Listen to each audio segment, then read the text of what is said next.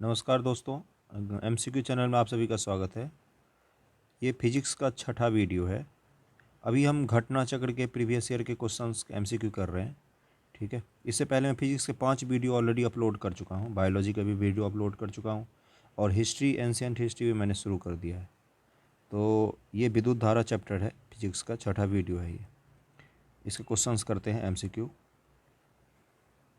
पहला क्वेश्चन है, एक 100 वाट का बिजली बल्ब 10 घंटे जलता है तो 5 रुपये प्रति यूनिट की दर से विद्युत का खर्च क्या आएगा। तो 100 वाट का बल्ब है और 10 घंटे जलता है, 5 रुपये है, तो 100 गुना 10 तो कितना हो जाएगा, 1000 आ जाएगा। 1000 वाट घंटा आ जाएगा। ठीक है, तो इसी को एक यूनिट कहा जाता है। 1 किलो वाट को 1 यूनिट कहते हैं। तो अब 5 यूनिट का 5 रुपये हो जाएगा, 5, और आंसर ये हो जाएगा। दूसरा सेम क्वेश्चन है। ठीक, तीसरा, 1 किलो वाट घंटा का मान क्या होता है, तो इसको निकालेंगे हम। तो 3.6 इंटू 10⁻6 जूल होता है। ठीक, आंसर ए हो जाएगा इसका। 3.6 इंटू 10⁻6 जूल होता है।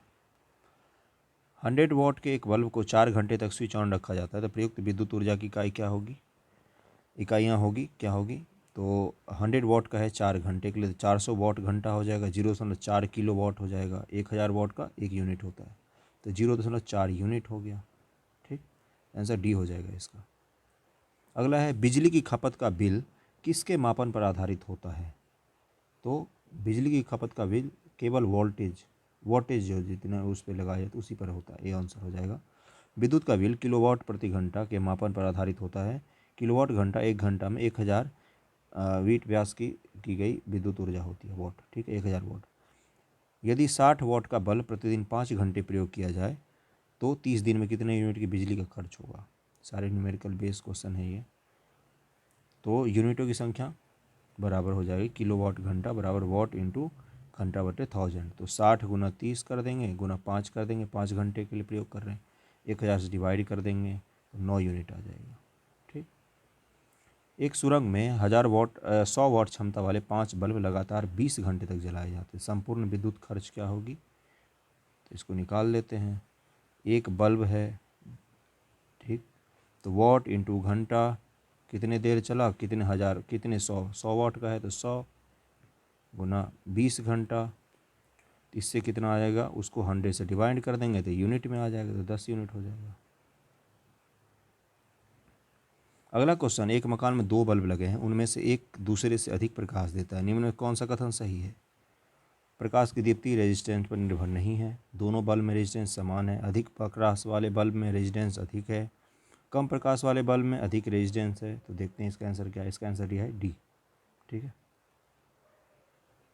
अधिक वाट का अगर हम बल्ब लगा देंगे घर में और बिजली का वोल्टेज कम होगा तो ये कम चमकेगा। बस सिंपल सा वही था। 220 वोल्ट जनरेटर से एक बल्ब जुड़ा हुआ है। धारा 0.5 एम्पियर है। बल्ब की शक्ति क्या है। बल्ब की शक्ति है तो क्या पूछ रहा है ये, इसमें वोल्टेज दे दिया है और करंट दे दिया है, तो इससे पूछा है कि बल्ब की शक्ति क्या है। तो P बराबर होता है W/T।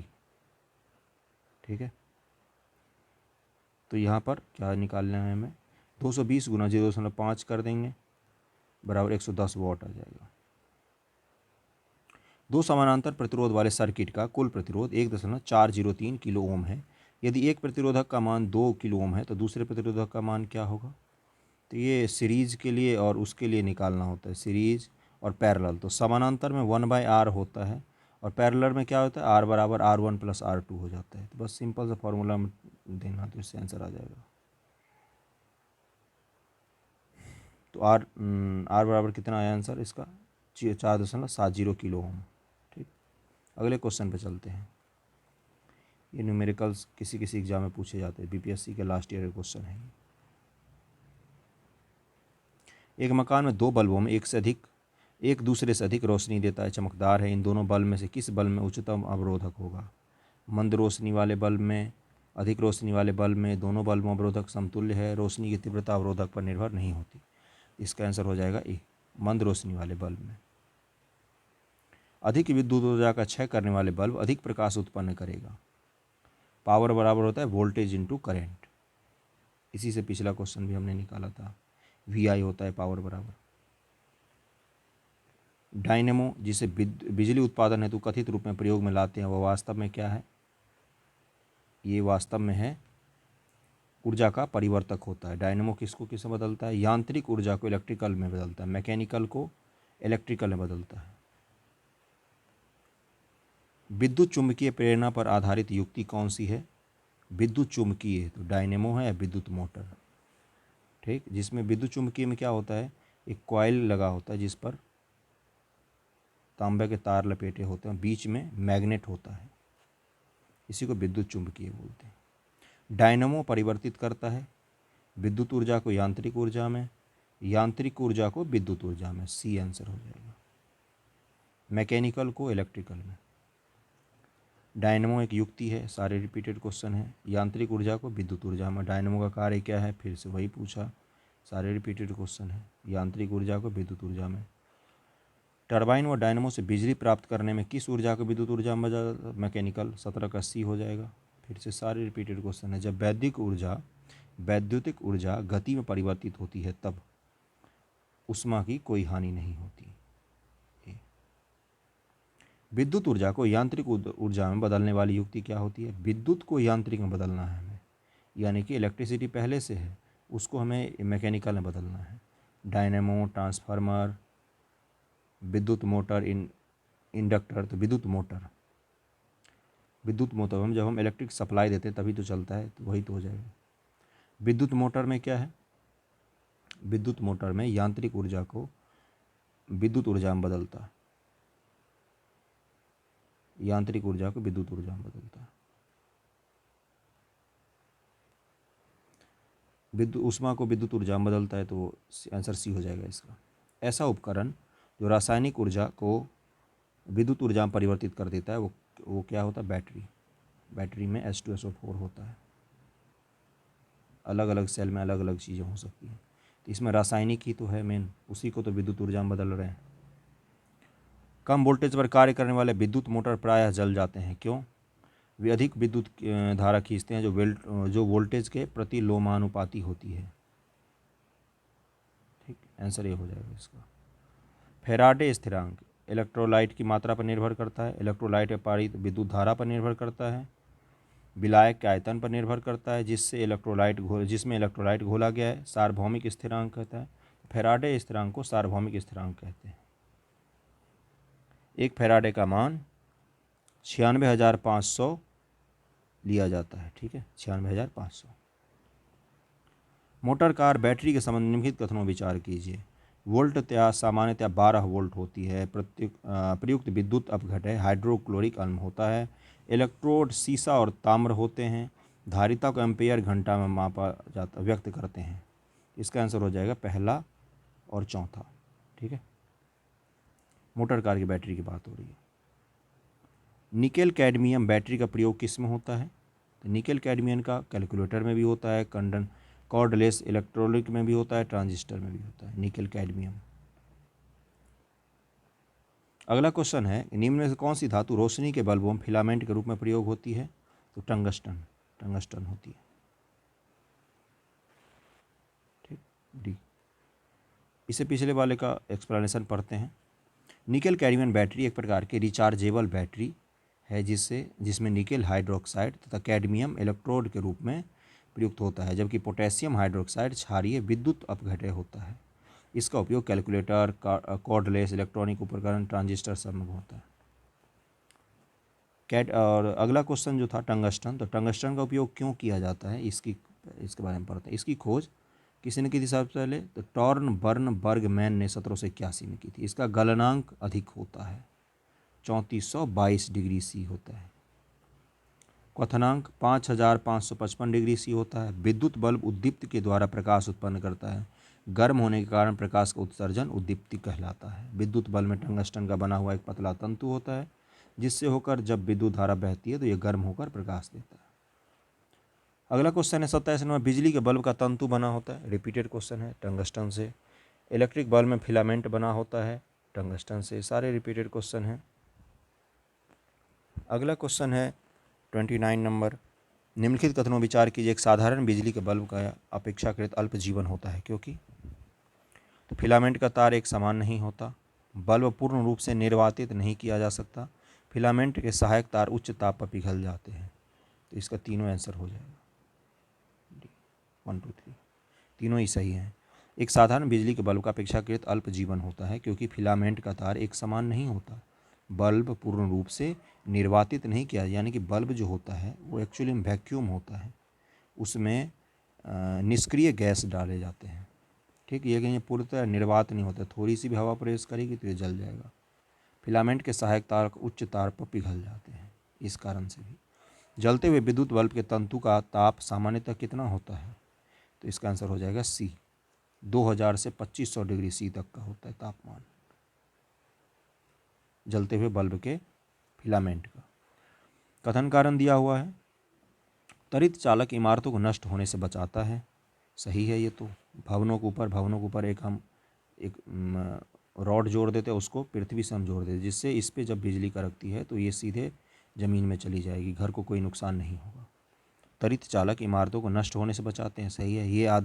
ये आवेश को पृथ्वी तक भेज देते हैं। सही है। दोनों स्टेटमेंट कथन कारण दोनों सही था। अगला क्वेश्चन है, 3 पिन बिजली के प्लग में सबसे लंबी पिन को जोड़ना चाहिए किसमें? आधार सिरे से। ये आंसर हो जाएगा। 3 पिन प्लग में सजीव या फेज, उदासीन एवं आधार सिरे होते हैं। दोनों एक साथ रहने वाले सिरों में फेज एवं उदासीन तारों को जोड़ते हैं। तीसरी एवं लंबी पिन को में अर्थ को जोड़ते हैं। अगला है, विद्युत उपकरणों में अर्थ का उपयोग क्या होता है? अर्थ का उपयोग होता है सुरक्षा के लिए। ठीक, विद्युत उपकरणों में अर्थ का उपयोग सुरक्षा के लिए होता है। विद्युत उपकरणों में 3 पिनें होती हैं। ऊपर वाली पिन कुछ मोटी तथा नीची 2 पिनें एक जैसी होती हैं। मोटी वाली पिन का संबंध पृथ्वी अर्थ से होता है, जबकि शेष 2 पिनों में सामान्यतः दाएं वाले का संबंध जीवित कनेक्शन से तथा बाएं वाले का संबंध उदासीन कनेक्शन से होता है। पॉजिटिव नेगेटिव जो बोलते हैं, लाल तार, सामान्य भाषा में बोलते हैं लाल तार ब्लू तार। ऐसे अर्थ का कनेक्शन इसलिए किया जाता है ताकि उपकरण जीवित परिपथ लाइव सर्किट से संबद्ध होने से पहले पृथ्वी से जुड़ सके, जिससे अतिरिक्त वोल्टेज का नियंत्रण हो सके। अचानक पावर अप और डाउन हो तो इससे बच जाता है। आपस में जुड़ी 2 आवेशित वस्तुओं के बीच विद्युत धारा नहीं प्रवाहित होती है यदि वे हों, क्या हों? तो समान विभव पर। समान वोल्टेज अगर होगा, इधर भी 10 वोल्ट होगा, इधर भी 10 वोल्ट, तो कोई विद्युत धारा प्रवाहित नहीं होगी। वोल्टेज डिफरेंस से ही विद्युत धारा प्रवाहित होती है। 35 नंबर, सर्वाधिक विद्युत चालकता वाला तत्व क्या है? तो चांदी। लेकिन चांदी के तार नहीं बनाते हैं, क्यों? क्योंकि महंगा होता है। सर्वाधिक विद्युत चालकता इसी में होती है। निम्नलिखित में कौन विद्युत का सर्वोत्तम चालक है? तो चांदी। निम्न से कौन विद्युत का अच्छा सुचालक होता है? तो चांदी। सारे रिपीटेड क्वेश्चन है। मेंज विद्युत प्रदाय में फ्यूज का प्रयोग एक सुरक्षा युक्ति के रूप में होता है। फ्यूज के विषय में निम्नलिखित कथनों में से कौन सा एक सही है? मेन स्विच से समानांतर जुड़ा होता है, या मुख्य रूप से रजत मिश्र धातु से बना होता है? नहीं, इसका गलनांक निम्न होता है। यही सही है। गलनांक निम्न होगा तभी तो, अगर वोल्टेज हाई हुआ तो ये गल जाएगा और घर में बिजली का डैमेज नहीं हो पाएगा। फ्यूज का सिद्धांत क्या है? विद्युत का रासायनिक प्रभाव। नहीं, विद्युत का यांत्रिक प्रभाव गलत है। विद्युत का उष्मीय प्रभाव के कारण ही तो फ्यूज जल जाता है। 40 नंबर क्वेश्चन है, फ्यूज में प्रयुक्त होने वाले तार की विशेषता क्या होती है? तार की विशेषता निम्न प्रतिरोधक शक्ति, उच्च गलनांक। न, निम्न प्रतिरोधक शक्ति, निम्न गलनांक, ये भी गलत हो जाएगा। उच्च प्रतिरोधक शक्ति होना चाहिए, उसमें रेसिस्टेंस उसका उच्च होना चाहिए और गलनांक निम्न होना चाहिए, जिससे कम तापमान पर गल सके वो। घर के सुरक्षित विद्युत सप्लाई के उपयोग में लाने वाली फ्यूज तार जिस धातु की बनी होती है उसका गलनांक कम होता है, प्रतिरोध अधिक होता है। ए और सी दोनों होना चाहिए था इसका आंसर।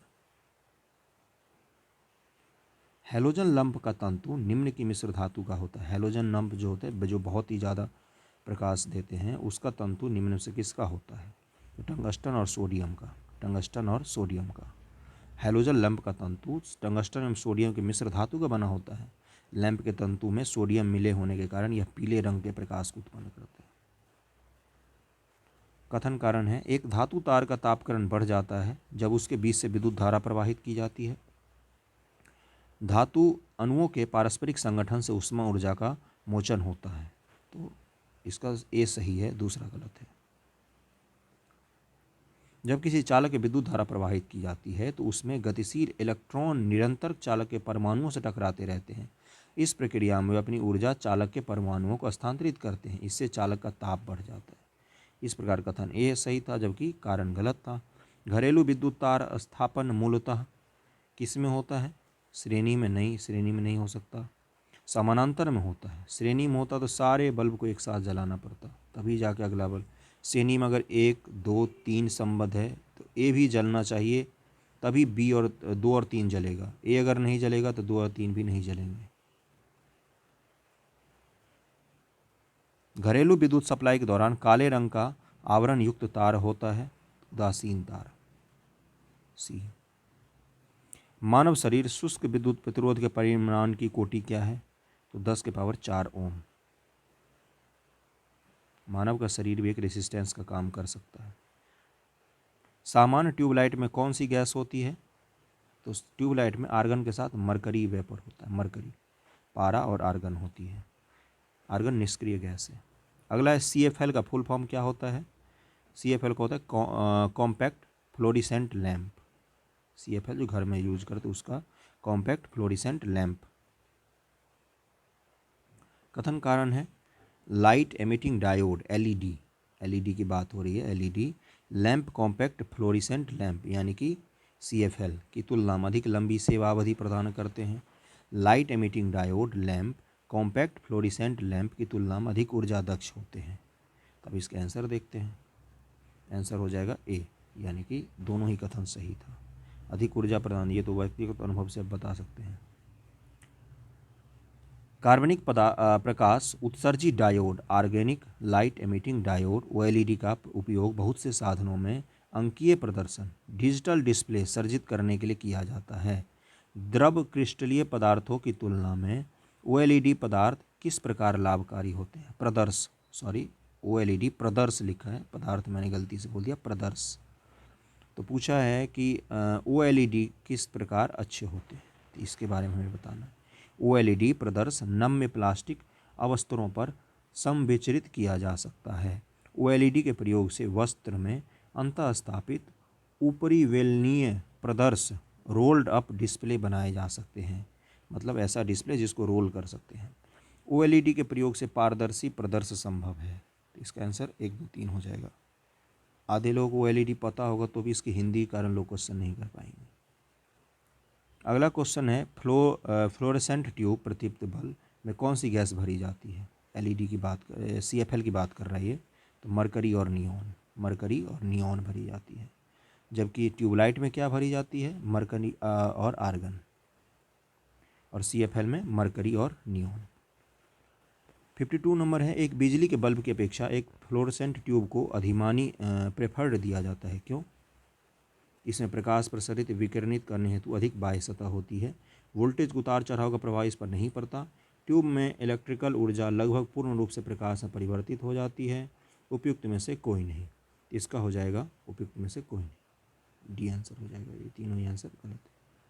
क्यों भाई? तो फ्लोरेसेंट ट्यूब बिजली के बल्ब की अपेक्षा विद्युत ऊर्जा का प्रकाश ऊर्जा में परिवर्तन अत्यधिक मात्रा में करती है। एक 100 वाट का बिजली का बल्ब केवल 5% वैद्युत ऊर्जा को प्रकाश में ऊर्जा में परिवर्तित करता है, लेकिन CFL जो होता है वो 22% को वैद्युत ऊर्जा को प्रकाश ऊर्जा में बदल देता है।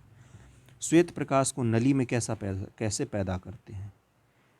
तो अणुओं को दोलित करके, मतलब अणुओं को वाइब्रेट करके। अगला क्वेश्चन है, विद्युत बल्ब के अंदर कौन सी गैस होती है? तो ऑक्सीजन, कार्बन डाइऑक्साइड, वायु नहीं, तीनों नहीं हो सकती, निष्क्रिय गैस होती है, निष्क्रिय गैस। इस धातु को ऑक्सीजन रोकने के बल्ब के अंदर निर्वात करने के बजाय नाइट्रोजन या आर्गन गैस भर देते हैं। प्रतिदीप्त नलिकाओं के साथ चोक असंजित होता है। चोक कुंडली क्या होता है? तो लाइन वोल्टता बढ़ाती है। आंसर ए हो जाएगा 55। प्रतिदीप्त नलिका ट्यूबलाइट में स्टार्टर का प्रयोग किया जाता है, जो धारा को बढ़ाकर चोक को प्रेषित करता है। चोक कुंडली प्रेषित धारा के वोल्टता को बढ़ाकर ट्यूबलाइट को प्रेषित करता है, जिससे ट्यूबलाइट जल जाती है। इसके पश्चात स्टार्टर का कार्य समाप्त हो जाता है तथा चोक उच्च वोल्टता को कम करने तथा कम वोल्टता को उच्च करने का कार्य करता है, ये तथा ट्यूबलाइट को खराब होने से बचाता है। पहले के ट्यूबलाइट में, अब तो एलईडी वाले ट्यूबलाइट, पहले के ट्यूबलाइट में एक चोक और एक स्टार्टर यूज किया जाता था अलग से, उसी समय का क्वेश्चन है। CFL तथा एलईडी लैंप में क्या अंतर है? प्रकाश उत्पन्न करने के लिए CFL पारा वाष्प और संदीपक का प्रयोग करता है, जबकि एलईडी लैंप अर्धचालक पदार्थों का उपयोग करता है। लाइट इमिटिंग डायोड होता है इसका मतलब एलईडी का, तो ये सही है। CFL की औसत जीवन अवधि एलईडी लैंप से बहुत अधिक होती है, नहीं एलईडी की ज़्यादा होती है। एलईडी लैंप की तुलना में CFL का कम ऊर्जा सक्षम होती है, तो C आंसर हो जाएगा। 1 और 3 आंसर हो जाएगा, दूसरा गलत था। एक तार में बहती विद्युत धारा एवं विभवांतर प्रत्येक को 2 गुना बढ़ा दिया जाए तो विद्युत शक्ति कितनी गुना बढ़ जाएगी? 4 गुना बढ़ जाएगी विद्युत शक्ति। विद्युत धारा भी बढ़ा रहे हैं हम और विभवांतर भी बढ़ा रहे हैं, तो पावर बराबर होता है V इंटू विद्युत धारा VI, तो P बराबर 2V इंटू 2I, तो 4P आ जाएगा, 4 गुना से बढ़ जाएगा। 2 तारों की लंबाइयाँ, व्यास और प्रतिरोधकता सभी 1:2 के अनुपात में है। अगर पतले तार का प्रतिरोध 10 ओम है तो मोटे तार का प्रतिरोध कितना होगा? इसको निकालते हैं। R बराबर होता है I/A, यानी कि A क्षेत्रफल हो गया, I लंबाई, L लंबाई हो गया और P प्रतिरोधकता हो गया, R रेसिस्टेंस हो गया। ठीक है, R बराबर PL/A। तो अब दोनों को 1:2 से बढ़ाया है हमने, 1:2 से, तो इसको सॉल्व करेंगे तो R1 R2 और R1 बराबर 10 ओम, तो मोटे तार पर प्रतिरोध 10/R2 बराबर 1 ओम, तो R2 बराबर 10 ओम आ जाएगा। ठीक है, ये IAS प्री 2001 का क्वेश्चन है, 20 साल पहले क्वेश्चन। नीचे 2 कथन कारण दिए गए। परिणाम मित्र का प्रयोग वोल्टता के उच्चयन अथवा अपचयन के लिए किया जाता है। परिणाम मित्र ऐसी युक्ति है जिसका प्रयोग निर्दिष्ट धारा परिपथ में किया जाता है। इसका आंसर C हो जाएगा। आते हुए भी क्वेश्चन हिंदी कारण नहीं कर सकते हैं, 1996 क्वेश्चन है, अब ये रिलेवेंट है इस तरह क्वेश्चन। समान प्रकार की छोटी बूंदें V वोल्ट द्वारा आवेशित की गई हैं। यदि N बूंदें मिलकर एक बड़ी बूंद बनती है तो इस बूंद का विभव क्या होगा? तो इसका N की पावर 2/3 विभव हो जाएगा। यूपी लोअर का क्वेश्चन है। ट्रांसफार्मर प्रयुक्त होते हैं, इस तरह के क्वेश्चन ज़्यादा पूछता है। ट्रांसफार्मर क्या करता है? AC वोल्टेज का उपचयन या अपचयन करने के लिए। आंसर डी हो जाएगा 61, यानी कि AC वोल्टेज को बढ़ाने और घटाने के लिए यूज होता है। ट्रांसफार्मर का उपयोग निम्नलिखित में से किस उद्देश्य से होता है? तो प्रत्यावर्ती धारा विभव को ऊंचाई अथवा अपचाई करने के लिए, यानी कि बढ़ाने के लिए या घटाने के लिए, इसके लिए होता है। किसी AC जनित्र तथा DC जनित्र में एक मूलभूत अंतर यह है कि AC जनित्र में विद्युत चुंबक होता है, जबकि DC जनित्र में अस्थायी चुंबक होता है। गलत है ये। AC जनित्र में सर्पी विलय होता है, जबकि DC जनित्र में दिक् परिवर्तक होता है। यही है आंसर। हिंदी का क्या करें हम। मोबाइल चार्जर होता है एक अपचयी ट्रांसफार्मर, यानी कि वोल्ट को कम करता है। मोबाइल को जितना चाहिए उतना ही तो लेगा, तो पहले वोल्टेज को कम करके लाता है वो नीचे, उसके बाद यूज होता है। कुछ युक्तियां एवं संबंधित ऊर्जा रूपांतर नीचे दिए गए हैं। इलेक्ट्रिकल जनरेटर यांत्रिक से विद्युत, इलेक्ट्रिकल जनरेटर यांत्रिक से विद्युत। इलेक्ट्रिकल मोटर विद्युत से यांत्रिक, सही है। डीजल इंजन प्रकाश से विद्युत। उसके बाद से सोलर सेल रासायनिक से यांत्रिक, तो इसका 1 और 2 सही है। रासायनिक से यांत्रिक नहीं, रासायनिक से विद्युत होता है, और डीजल इंजन प्रकाश से विद्युत नहीं, विद्युत से प्रकाश होता है। अगला क्वेश्चन है प्रत्यावर्ती धारा किसके लिए उपयुक्त नहीं है? तो स्टोरेज बैटरी को चार्ज करने के लिए।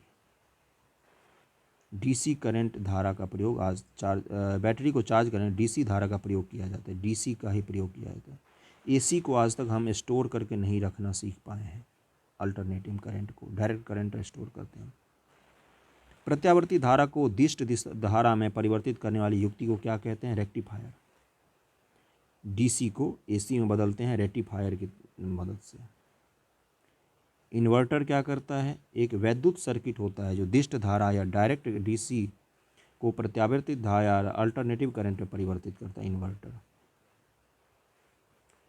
ठीक है।